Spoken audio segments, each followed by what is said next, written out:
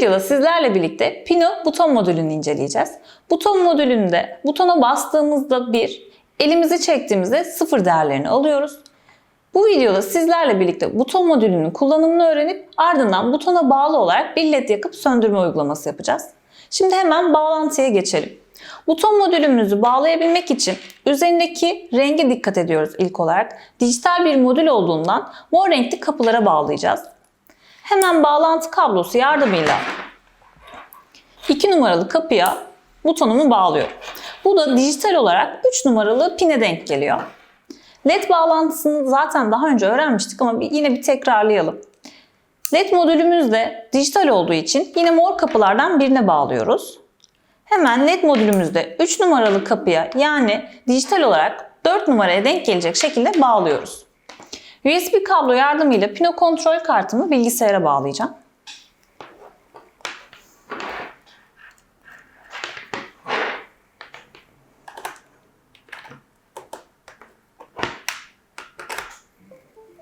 Pino kontrol kartımı kodlayabilmek için bilgisayardan Arduino programını açıyorum.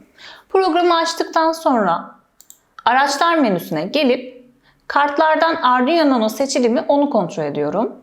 İşlemci olarak doğru işlemciyi seçtiğimden ve portumu bağladığımdan emin oluyorum. Ardından kodlarımı yazmaya hazırım. İlk olarak açıklama satırlarını silelim.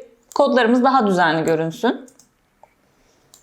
Programı açtığımızda bizleri setup ve loop olmak üzere iki kısım karşılıyor. Setup kısmında hangi pinlerin giriş, hangi pinlerin çıkış olduğu belirtilmeli. Program çalıştırıldığında Pino tarafından ilk olarak setup kısmı okunuyor ve sadece bir kez okunuyor buradaki bilgiler. Ardından loop kısmına geçilerek oradaki kodlar sonsuz bir döngüye alınıyor. Bu nedenle setup kısmına ilk olarak buton modülümüzün giriş pini mi, çıkış pini mi olup olmadığını belirtmemiz gerekiyor. Bunu da neyle yapıyorduk? Pin modla. Pin mod yazıyorum. Parantez açıyorum. Buton modülümü 3 numaralı pine bağlamıştım. O yüzden 3 yazıp virgül koyuyorum. Giriş pinimi, çıkış pinimi bunun üzerine biraz düşünelim. Pino kontrol kartı butondan gelen değeri alıp işleyeceği için buton bir giriş pinidir. Bu nedenle input yazıyorum ve parantezimi kapatıyorum. Sonuna noktalı virgül koyuyorum. Eğer birden fazla buton kullanacaksanız ya da farklı sensör ve modüller kullanacaksanız buton adında bir değişken tanımlayarak pinini yazmak yerine oraya buton da yazabiliriz. Bunu nasıl yapıyorduk? Hemen setup kısmının üstüne geliyorum ve bir tanımlama yapıyorum. Integer veri tipinde buton diye bir değişken oluşturdum ve hangi pine bağladığımı buraya yazdım. 3 numaralı pindeydi. Artık 3 numaralı pini yazmak yerine buton yazıyorum. Buton modülünden aldığım değerleri serial portta görmek istiyorum. Hangi değerleri veriyor? Bir bakalım, bir test edelim. Bunun için serial haberleşmeyi başlatmam lazım. Serial.begin yazıyorum. Serial yazamadım. Şurayı düzeltelim. S harfinin büyük harf olması gerekiyor. Ardından parantezi açıp haberleşme hızını yazıyorum. Standart olarak 9600 hızını yazıyoruz. Bilgisayarınıza ve Arduino'nuza bağlı olarak bu hızı değiştirebilirsiniz. Setup kısmında yazacaklarımız bitti. Artık loop kısmına gelebiliriz. Serial ekranda okumak için serial.println yazıyorum ve parantezimi açıyorum. Okuma yapacağımı belirtmem gerekiyor. Bunu da dijital read komutuyla yapıyorum. Neyi okumak istiyorum? Buton modülünü okumak istiyorum. Buton yazdım, parantezimi kapattım. Tekrar bir parantez kapatıp noktalı virgül koyuyorum. Veriler çok hızlı bir şekilde akmasın. Bu nedenle biraz bekleme vermek istiyorum arada. Bunu da delay ile yapıyorum. Parantezi açıp 100 yazdım. 100 milisaniye bir bekleme verelim. Hemen yüklemeyi yapıyoruz. Yükleme tamamlandı uyarısı geldi. Ekranın sağ üst köşesinde bulunan seri port ekranı simgesine tıklıyorum. Ve şu an 0 değeri okunuyor. Butona bastığımda 1 değeri okunuyor. Elimi çektiğimde 0 değeri okunuyor. Bu şekilde butonumuzu çalıştırmış olduk. Şimdi butona bağlı olarak bir LED'i yakıp söndürelim. Bunun için bir LED tanımlaması yapalım. Integer veri tipinde LED diyorum. LED'imizi dijital 4'e bağlamıştık. Bu nedenle 4 olarak belirttim. Şimdi setup kısmında LED'imizin giriş pini mi çıkış pini mi olduğunu belirtmemiz gerekiyordu. Hemen onu da yazalım. Pin mod diyorum.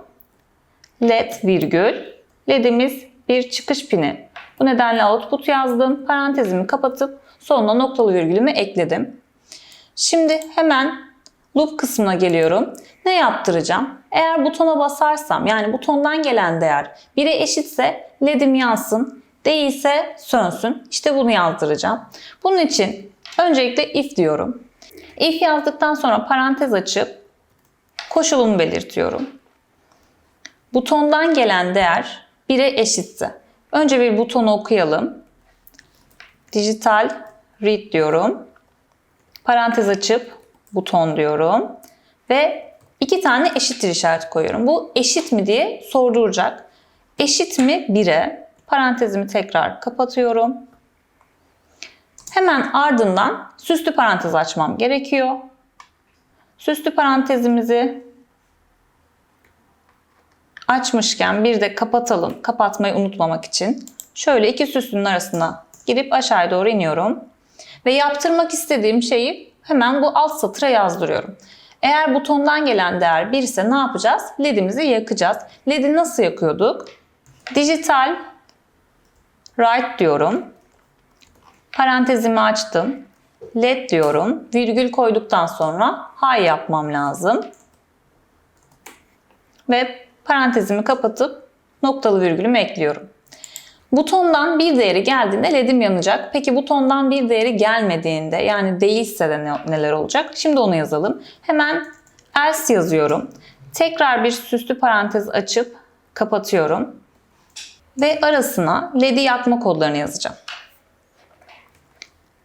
Digital write diyorum. Parantezimi açıp LED low komutunu yazıyorum. Parantezimi kapattım. Noktalı virgülü koymayı unutmadım. Şimdi hemen yine yükleme yapalım. Bakalım hatamız var mı? Yükleme tamamlandı. İsterseniz seri portu da şöyle bir açalım ekranımızı. Hem ekran üzerinde de görmüş olalım. Şu an butondan gelen değer 0 ve LED'im yanmıyor. Hemen butona basıyorum. Butondan gelen değerim 1 ve LED'im yanıyor. Elimi çektiğimde LED'im sönüyor. Tekrar bastığımda LED'im tekrar yanıyor. Yükleme işlemi tamamlandığı için içerisine şöyle kabloyu çıkartabilirim. Bir de pille deneyelim. 9 volt pilimi pil şapkasıyla birleştirdim ve güç girişinden takıyorum pino kontrol karta. On off kısmında on kısmına getirdim. Şimdi hemen butonuma basıyorum. LED'im yandı. Elimi çektiğimde ise LED'im sönüyor.